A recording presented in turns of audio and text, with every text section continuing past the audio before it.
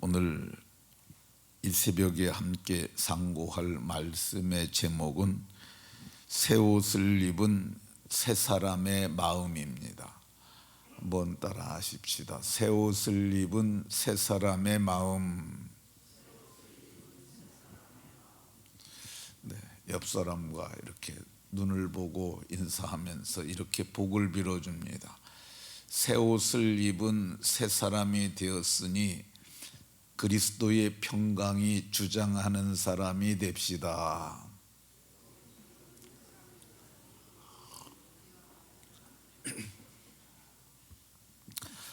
새 옷을 입은 새 사람들이 되셨으니까 그리스도의 평강이 주장하는 복된 분들이 다 되시기를 예수 그리스도의 이름으로 축원합니다. 사도께서는 오늘 우리가 봉독한 3장 9절에 옛사람과 옛 행위를 벗어버리라고 말씀합니다. 그 이유가 뭐냐 하면 새 사람이 되었으니까 새 옷을 입으라고 얘기를 합니다. 그 옷을 먼저 입으신 분이 있는데 12절은 너희는 하나님의 택하사 거룩하고 사랑받는 자가 예수님이죠. 예수님처럼 새 옷을 입으라고 얘기를 합니다. 그 옷을 12절에서 긍휼과 자비와 겸손과 온유와 오래 참음으로 옷 입으라고 얘기를 합니다. 근데 옷을 입고 일을 하려면은 띠를 매야 되는데 그 띠를 온전하게 매는 띠가 있는데 이것이 사랑이라고 말씀합니다. 그러니까 그 옷 입고 그 위에 띠를 매라고, 사랑의 띠로 띠를 매라고 말씀합니다. 그러면 새 옷을 입은 새 사람의 마음은 어떠해야 할까? 오늘 본문 15절에서는 그리스도의 평강이 너희 마음을 주장하게 하라 이렇게 말씀합니다. 이 그리스도의 평강이라고 그랬는데 그리스도의 평강이라는 말이 그 원문에는 에이레네라는 단어가 쓰였어요. 에이레네. 이게 평강이라고도 번역하고 평화라고도 번역하고 평안으로도 번역하고 화평으로도 번역을 합니다. 이 평강이라는 말은 우리말 사전에서는 그냥 평안한 상태예요. 걱정이 없는 상태. 이게 본문이 얘기하는 평강의 뜻이에요. 근데 오늘 제가 4가지 뜻이 있다고 그랬잖아요. 번역을 근데 성경에서 이 에이레네라는 단어를 4가지 형태로 번역을 했어요. 본문만 하더라도 우리 성경이 이제 우리는 이 개역 개정판을 보고 있는데 그 외에도 성경이 꽤 많습니다. 우리말로 번역된 것. 근데 새번역 성경, 바른 성경, 쉬운 성경은 이거를 평화라고 번역을 했어요. 그리스도의 평화가 너희 마음을 다스리게 하라. 다른 역본들은 그렇게 번역을 했어요. 근데 평화는 뭐냐면 전쟁이 끝난 상태가 평화죠. 전쟁이 휴전이 되든가 정전이 되든가 해서 더 이상 전쟁이 없는 상태를 말하죠. 현대인 성경을 이것은 평안이라고 번역을 했어요. 평안이라는 뜻도 이 탈이 없는 이 화목한 상태, 이게 걱정과 염려가 없는 상태를 뜻합니다. 근데 이게 그리스도의 평강이 주장하게 하려면 어떻게 해야 되느냐? 이 평강에 대한 이 평강이 어떻게 이루어졌는지를 알아야 합니다. 이 그리스도의 평강이라고 그러잖아요. 그리스도께서 만든 평강이에요. 그 평강이 어떻게 주어졌느냐? 에베소 2장 14절에 보면 그는 우리의 화평이신지라 이렇게 했는데 이게 화평이신지라 이 말이 그 화평이라는 뜻이 에이레나라는 단어가 똑같이 쓰였어요. 그러니까 그는 우리의 평강이신지라 해도 괜찮아요.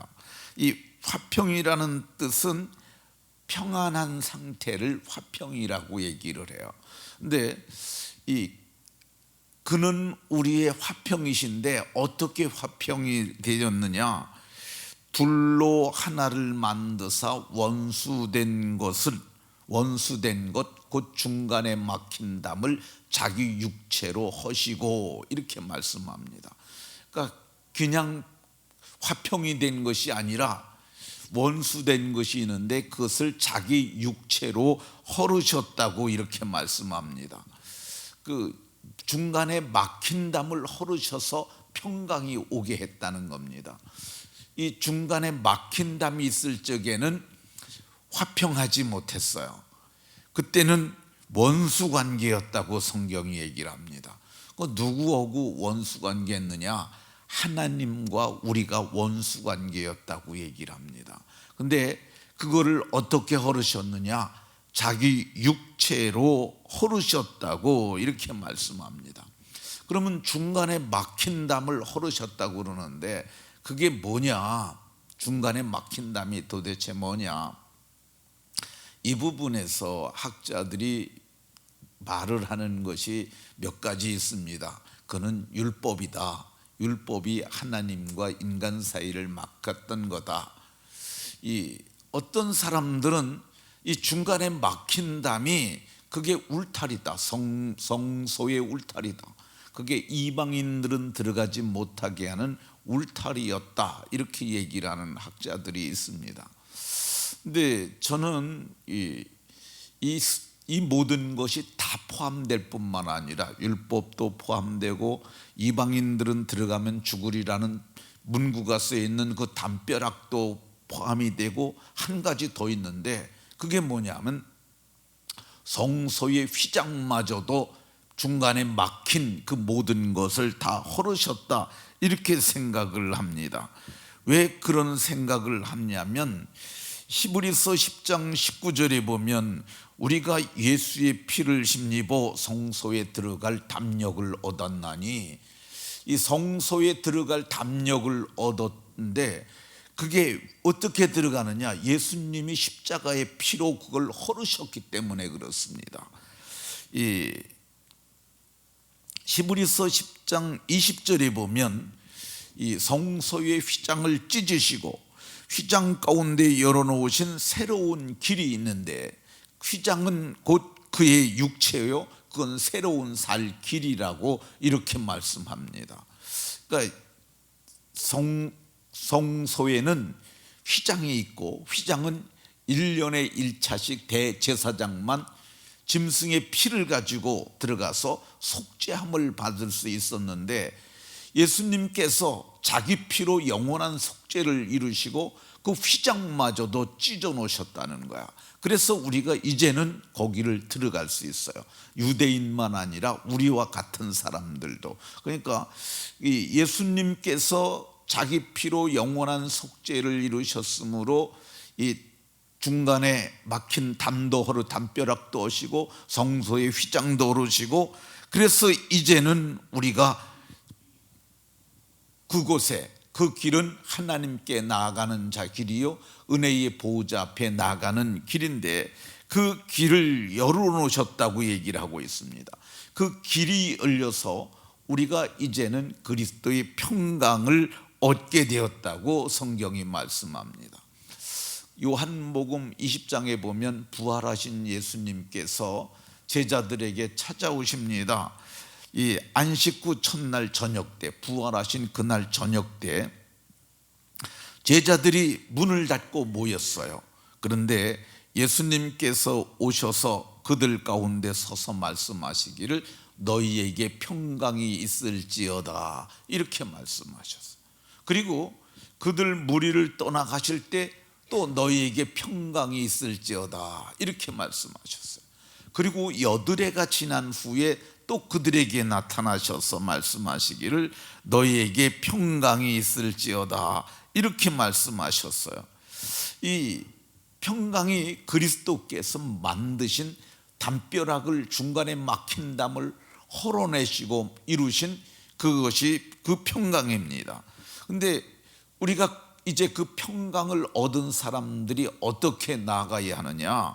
히브리서 10장 22절에는 이렇게 말합니다. 우리가 마음에 예수의 핏부림을 받고 악한 양심으로 벗어나고 몸은 맑은 물로 씻었으니, 그러니까 예수의 피로 속죄받고 세례도 받았으니 참마음과 온전한 믿음으로 나아가자, 이렇게 말씀하고 있습니다. 그러니까 우리는 이 예수의 피로 씻음을 받고 속죄함을 얻었으니까 이제 하나님 얼굴 앞에도 설 수 있으니까 은혜의 보좌 앞에 담대히 나아가라고 얘기를 합니다. 그 이유가 뭐냐? 평강이 너희에게 있기 때문이라고.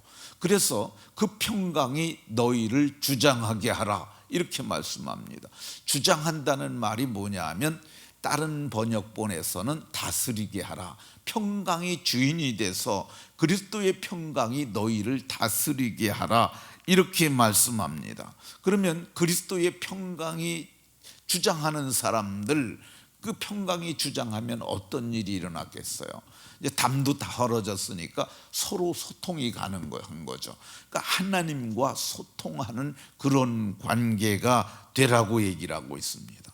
그럼 하나님하고 우리가 소통하는 걸 우리가 뭐라고 얘기를 해요? 그게 기도죠. 기도로 소통하는데, 이 사도는 너희가 오늘 본문에서 보면은 한 몸으로 부르심을 받았나니 너희는 또한 감사하는 자가 되라. 이 감사가 어떤 거냐면은요, 감사의 기도예요. 그러니까 이제 막힌 담이 헐어졌으니까 하나님께 감사함으로 말하려는 거예요. 빌립보서에 보면은 4장 10절에서 너희가 무슨 일이 있든지 하나님 앞에 감사함으로 아뢰라고 그럽니다. 그러면 지각에 뛰어나신 하나님의 평강이 너희의 마음과 생각을 지키시리라, 이렇게 말씀하고 있어요. 그러니까 무슨 일이든지 어떤 일을 만나든지 감사함으로 하나님께 아뢰는 것, 그게 그리스도의 평강이 주장하는 사람들의 마음이라고 성경이 말씀합니다. 모두가 오늘 얘기가 좀 어려운 얘기긴 한데, 그리스도께서 이미 평강을 이루셨으니까 그 평강이 우리의 마음을 주장하고 그 평강이 주장함으로 말미암아 하나님과 소통이 이루어지는데, 감사함으로 소통하는 복된 분들이 다 되시기를 예수 그리스도의 이름으로 축원합니다.